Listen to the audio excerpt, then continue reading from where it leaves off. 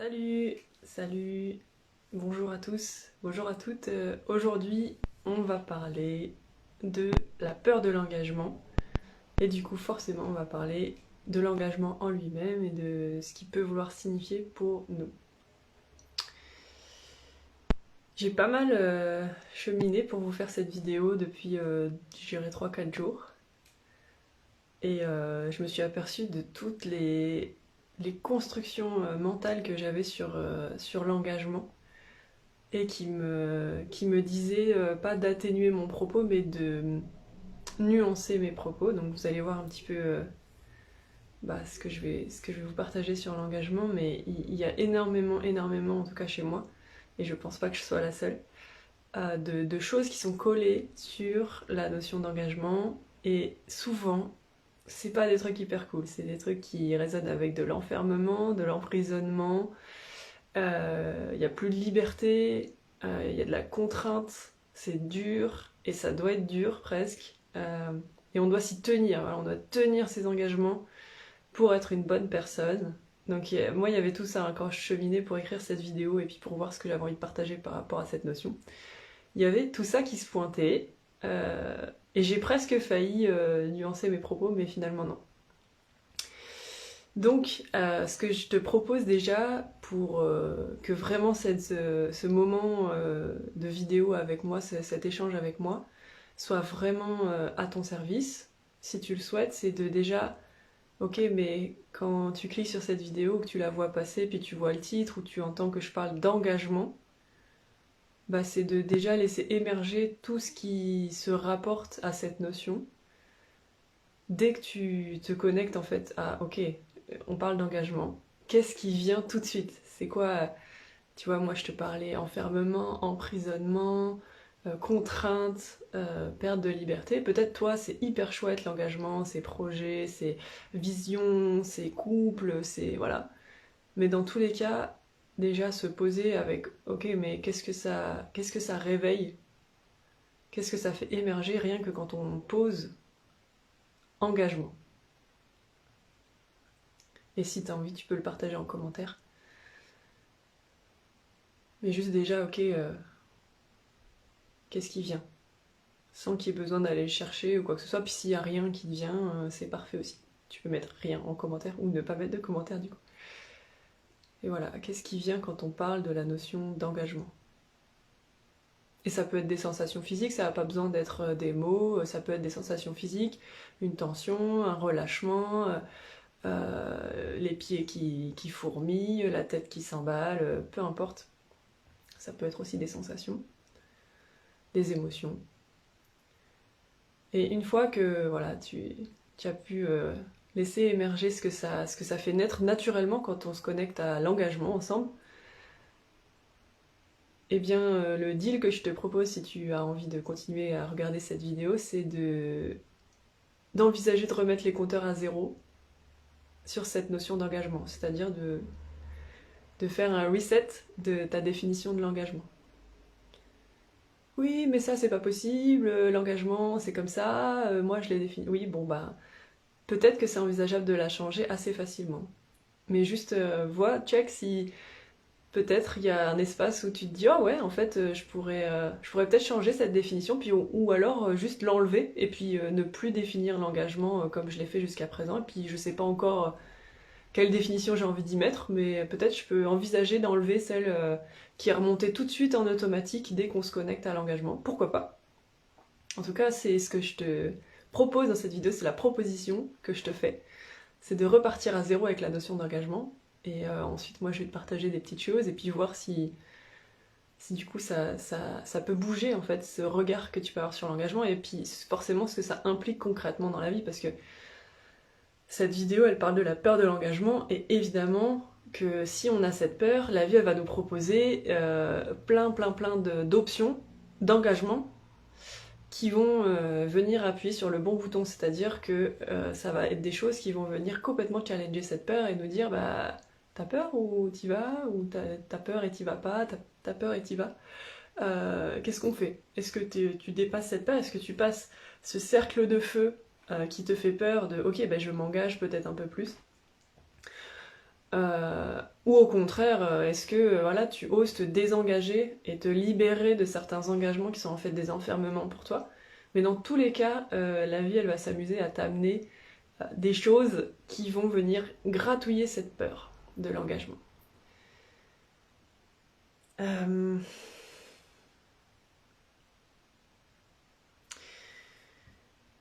Moi, ce que je voyais en premier, en fait, et il y a eu 2 strates à ça. Donc la première strate, on va dire, de la peur de l'engagement, pour moi, elle se situe juste sur la sensation que ça nous fait perdre notre liberté.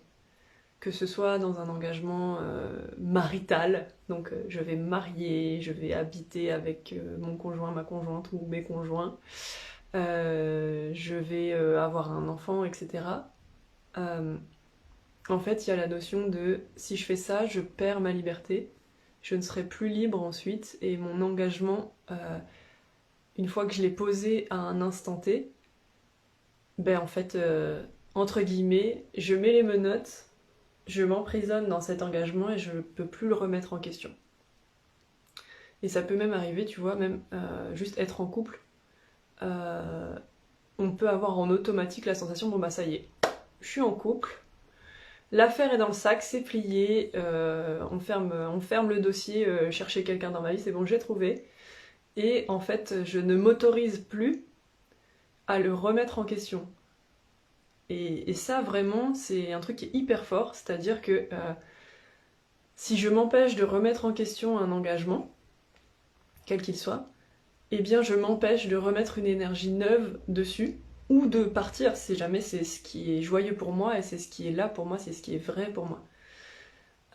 Et en fait, du coup, on va faire moisir des engagements, comme si, tu vois, tu fermes le dossier, tu le ranges, tu le laisses dans une cave, et tu n'y touches plus, en te disant que c'est comme ça, et que t'es engagé comme ça, et en plus t'es une bonne personne parce que tu t'engages comme ça. Mais en fait, c'est en faisant ça que ça va scléroser toute l'énergie que tu as pu mettre sur ce choix à un moment donné, de t'engager avec la personne, de t'engager dans un projet pro, de t'engager dans un domaine associatif, peu importe, une forme d'engagement qui, toi, t'a plu et puis que tu as eu envie d'expérimenter. Et en fait, c'est vraiment une erreur commune que de se dire, bah en fait, ça y est, j'ai choisi, je le remets plus en question. C'est comme trahir cet engagement, de le remettre en question, alors qu'en fait, c'est une brouette d'amour que tu donnes à cet engagement que de le remettre en question. Parce qu'en le remettant en question, ça te permet de le rechoisir. Et encore de le rechoisir et de le rechoisir. Alors, c'est pas forcément quelque chose qu'il faut faire toutes les 3 secondes, c'est pas ça. Mais de le refaire en conscience de temps en temps, ça te permet de renouveler le choix en fait. Si tu le fais pas, eh bien tu te retrouves avec un choix qui va avoir tendance à être figé et qui va plus être un engagement joyeux, mais plus un enfermement, une contrainte qui va comme te priver d'une liberté. Parce que juste, tu vas t'imaginer, tu vas construire l'histoire que ce dossier est plié et que tu peux plus y toucher. Et donc c'est une forme d'interdiction qui fait que tu ne te sens plus libre en fait dans cet engagement. Et évidemment, l'autre facette, un peu là, je te parlais, il y a 2 strates, donc il y a cette peur d'être privé de liberté, et l'autre facette, mince, je l'ai perdu. Oui, je sais pas si c'est une autre facette, mais en tout cas la deuxième façon de voir les choses, c'est que oser s'engager tout en sachant qu'on reste libre de se désengager dès qu'on le souhaite, ça nous fait super peur. Parce que, par exemple, si c'est un projet à plusieurs, ça veut dire que les autres, ils ont la même liberté, ils ont la même possibilité, ils ont les mêmes options. C'est-à-dire que si à un moment donné, l'engagement qu'ils ont pris à un moment n'est plus vrai pour eux, eh bien, est-ce qu'on doit vraiment demander à quelqu'un qui est désaligné avec un projet, comme il a validé au début du projet, il doit finir ce qu'il a commencé? Moi, je suis pas certaine que ce soit comme ça qu'on va avoir des résultats ou des finalités qui vont être belles et des collaborations, des projets ou des familles qui vont être épanouies. Je pense plutôt que en acceptant en fait l'unicité, l'évolution, le jeu, la danse un petit peu que va proposer la vie, eh bien, on va pouvoir s'adapter à ce qui est vrai pour chacun dans l'instant. Et donc, bah, si à un moment donné l'engagement n'est plus juste, eh bien, c'est que c'est le moment de partir. Et cette totale liberté dans l'instant, elle fait hyper peur quand on est en projet commun, quand on est plusieurs, etc. Ou même quand on est seul et que c'est un truc... on préfère se mettre une contrainte pour être sûr qu'on va aller au bout. Et ça peut être une étape. Quand par exemple on est quelqu'un qui a du mal, qui va procrastiner, ou qui a du mal à se tenir à une chose et puis à aller au bout des choses, ça peut temporairement permettre de faire comprendre à tout le monde à l'intérieur qu'on peut aller au bout des choses et qu'on en est capable, et ça peut renforcer une certaine confiance en soi. Mais pour moi c'est qu'une étape, parce qu'ensuite, vraiment, on va dire l'étape d'après, c'est vraiment d'être capable de le faire tout en ayant conscience de cette pleine liberté à l'intérieur, de se désengager à tout moment, dès qu'on le souhaite. Donc en gros, moi un petit peu pas la conclusion, mais en tout cas après ce que je te dis là, ce que je voudrais te dire, c'est que tu peux pas t'engager envers toi-même à être vrai, à être toi, à être aligné, et en même temps t'engager à vie dans un truc, alors que si c'est plus vrai pour toi, bah tu peux pas tenir les deux engagements en fait, il y a un problème. Si tu veux tenir le fait d'être vrai et que tu prends un engagement et que tu dis je le tiendrai toute ma vie parce que c'est comme ça, parce que ça fait de moi une bonne personne, parce que j'ai dit oui donc il faut que je m'y tienne, parce que j'ai signé un contrat, parce que je ne sais quoi, et bien c'est à ce moment-là que du coup il va y avoir un désalignement, parce que le fait d'être vrai avec toi ne pourra plus être possible si jamais tu suis cet engagement les yeux fermés en fait. Voilà. Du coup, moi un petit peu pour redéfinir et vraiment différencier engagement de enfermement, la définition que je te donnerai, je vais la lire, hein, j'ai mes petites notes en bas, c'est que l'enfermement, c'est un choix qui est verrouillé à un moment, donc qui est posé à un instant T et qui va être verrouillé pour une durée donnée. Donc ça peut être pour la vie, ça peut être pour 2 semaines, ça peut être pour 6 mois. Mais le choix, le dossier, comme je te disais au démarrage, c'est on a posé un choix à un moment, bon bah c'est bon, hop, ça c'est plié, on n'y touche plus, on ne le remet plus en question, on ne le challenge plus, pardon, on ressort plus le dossier pour vérifier que c'est encore juste pour nous, surtout pas, parce que ça pourrait faire qu'on ait envie d'arrêter ou qu'on ait encore plus envie de continuer, qu'on soit plus heureux, oh mon Dieu, on va quand même pas rouvrir ce dossier-là. Donc ça c'est l'enfermement. L'engagement, la définition que je te propose là, c'est, je lis mes notes, c'est un choix total de l'instant. C'est-à-dire que c'est un choix qui est, entre guillemets, renouvelé à chaque seconde. Et pour moi, le choix le plus parlant, qu'on fait tous, si tu me regardes, c'est le choix d'être en vie. C'est le choix le plus profond, entre guillemets, qu'on fait, et on le renouvelle à chaque instant, en fait. Ok, ben, je suis en vie, là. J'ai pas choisi de mourir. Bon, parfois, on va dire, les circonstances font qu'on meurt, hein, on choisit pas toujours de mourir, heureusement.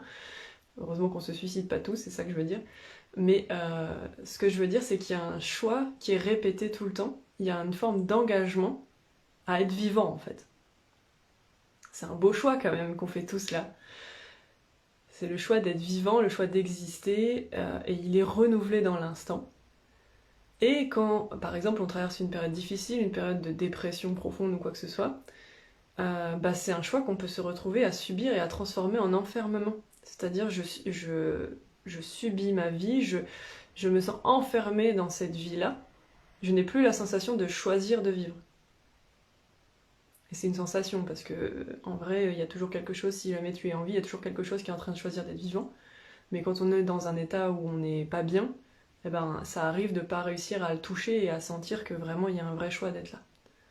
Mais en tout cas là, on va dire, en tout cas pour moi, il y a un vrai choix d'être en vie qui est renouvelé dans l'instant. Et ça, c'est un engagement. Du coup, l'engagement, il nécessite le courage de dire oui dans l'instant. Donc déjà, dire oui dans l'instant, c'est pas toujours facile, surtout quand il y a une peur de l'engagement derrière. Mais dire oui dans l'instant, mais surtout, ça nécessite le courage de se remettre en question le choix régulièrement. Donc si c'est un projet pro, si c'est un mariage, si c'est un couple, si c'est un truc associatif, peu importe. Il n'y a pas trop d'autres exemples.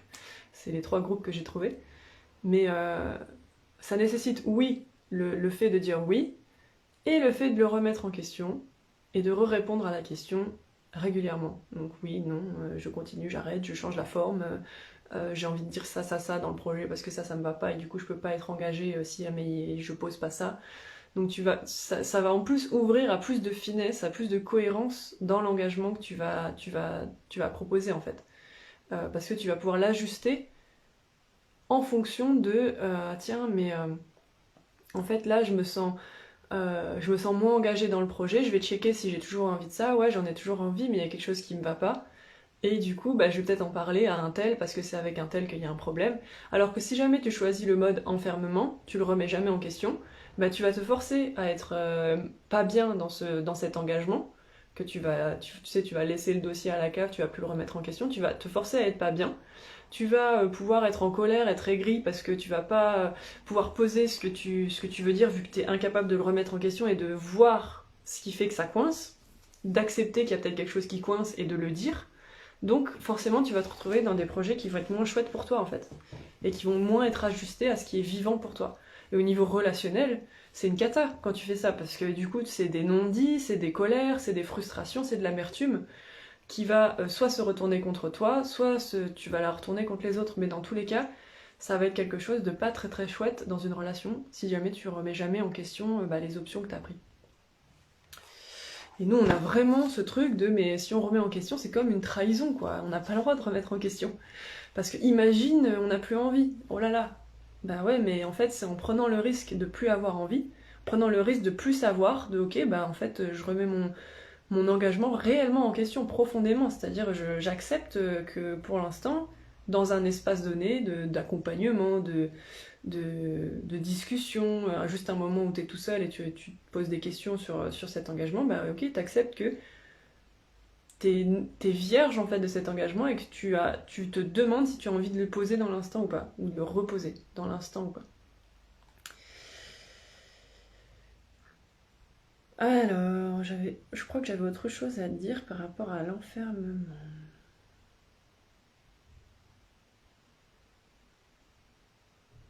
Oui, moi j'ai remarqué aussi que du coup, si tu as une peur de l'engagement, parce que tu as la sensation que ça t'enferme, bah, c'est justement que toi, tu as cette notion de, ben, en fait, un engagement, c'est un enfermement. C'est-à-dire, une fois que je l'ai posé, je suis enfermée. Et après, tu peux aussi ne pas avoir envie de t'engager. Là, je parlais vraiment de la peur de l'engagement. Donc, s'il y a une peur et que c'est la peur qui te fait décider de t'engager ou pas, c'est complètement différent de, en fait, non, moi j'ai envie d'être libre comme l'air, j'ai pas envie d'avoir des projets communs, j'ai pas envie d'être en couple plus que ça, voilà, j'ai pas envie d'un engagement. Mais c'est silencieux, c'est tranquille à l'intérieur, ça crée pas de tension. Par contre, si j'ai la peur de l'engagement et que du coup je m'interdis des expériences parce que j'ai cette peur, c'est complètement différent. Donc je suis pas en train de te dire il faut s'engager, se mettre en couple, avoir des projets pro et puis s'y tenir, ou en tout cas essayer, et puis les remettre en question régulièrement parce que c'est bien de s'engager. Non, on est tout à fait libre de tout. Donc si t'as envie si ça te fait de la joie en fait de t'engager, et ben go. Si ça te fait aucune joie et que t'en as pas envie et c'est silencieux, et bien c'est super. Mais juste, il y a une différence entre ben c'est libre, j'ai toutes les options et puis je choisis l'option, j'ai aucune envie de m'engager dans quoi que ce soit, ou j'ai envie dans le pro, pas dans le perso, ou peu importe. Et je choisis parce que j'ai super peur de m'engager, donc je préfère surtout rencontrer personne, être pas sympa à toutes les soirées où il y a des personnes qui pourraient m'intéresser parce qu'on sait jamais si jamais je rencontre quelqu'un de sympa et j'ai peur de m'engager, ça va trop me confronter à cette peur de l'engagement. Eh bien c'est complètement différent. Voilà. Donc moi c'est toujours dans un but de liberté, d'ouverture que je te propose ces vidéos. C'est pas du tout pour orienter sur un choix de vie ou dire qu'il faut s'engager parce que c'est bien dans la vie ou quoi que ce soit. C'est vraiment pas ça mon propos.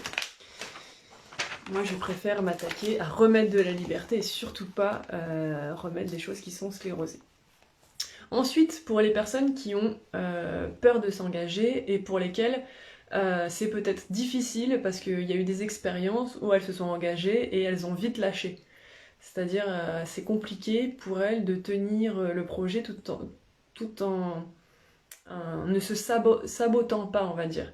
C'est peut-être des personnes, par exemple, bon bah ok, je fais une formation, puis je vais pas au bout, puis je répète tout le temps ça. J'ai fait aussi des études, je suis pas allée au bout, j'ai pas passé le diplôme, juste 6 mois avant, j'ai arrêté. Ça s'est répété peut-être pas mal de fois. Pareil dans mon couple, au moment où ça commence à devenir sérieux, je me suis barrée, ça m'est arrivé 2-3 fois aussi. Ça m'est pas arrivé à moi, mais je veux dire, c'est pour te parler des personnes que j'ai envie d'aider là maintenant et voir si tu es concerné. Pour moi, la meilleure question pour ces personnes-là, c'est qui décide à l'intérieur de l'engagement. C'est-à-dire, moi j'ai une vision de l'humain où on a plein de facettes qui peuvent s'exprimer. Et donc, s'il y a une facette comme ça, là, donc dans la personne que je t'ai décrit juste avant, qui va s'engager, puis ensuite partir quand ça devient un peu trop, eh bien quelque chose qui peut aider dans ces moments de décision, de bah, est-ce que je continue, est-ce que je m'arrête, mon diplôme je le passe dans 3 mois, est-ce que je continue, est-ce que je m'arrête, eh bien, ce qui va aider, c'est d'être le plus au clair possible sur qui décide à l'intérieur. Alors, c'est plus une demande d'information, d'abord. Donc c'est comme, tu vois, moi je parle de spéléologie de l'humain, je sais pas si t'as vu, mais dans ma photo de couverture j'ai mis ça. Et bien là, on est complètement au moment de la spéléo, c'est-à-dire on descend avec une frontale, et on va voir, ok, qui est-ce qui est en train de dire qu'il faut s'arrêter maintenant ? Et on regarde, tu vois, vraiment, on est en observation, on n'est pas en mode on creuse pour aller trouver d'autres trucs, non, c'est juste, ok. Qui est-ce qui tient le gouvernail actuellement à l'intérieur de moi ? Et en général, si c'est quelque chose qui se répète, qui a un goût un petit peu de sabotage et qui fait que tu vas jamais au bout des choses, ça va être une facette particulière. Une facette particulière, ce que je veux dire par là, c'est que ça va être une facette qui a vraiment appris un automatisme de surtout pas aller au bout des choses, par exemple, et qui du coup va être un peu en tension. C'est par là, quand elles s'expriment, ces facettes, elles n'ont pas beaucoup d'espace, elles n'ont pas beaucoup de réflexion, elles sont juste en automatique. Donc tu peux les reconnaître par le fait que, ah, oh putain, tu vois, j'arrive avec ma frontale et tout, elle est là comme ça, ah, regarde-moi, c'est moi qui dois décider, il n'y a pas trop d'espace de discussion avec elle, on n'est pas dans l'échange, il n'y a pas de débat. Elle, pour elle, c'est évident, tu dois t'arrêter, elle est en tension, elle est un peu en crispation par rapport à ça.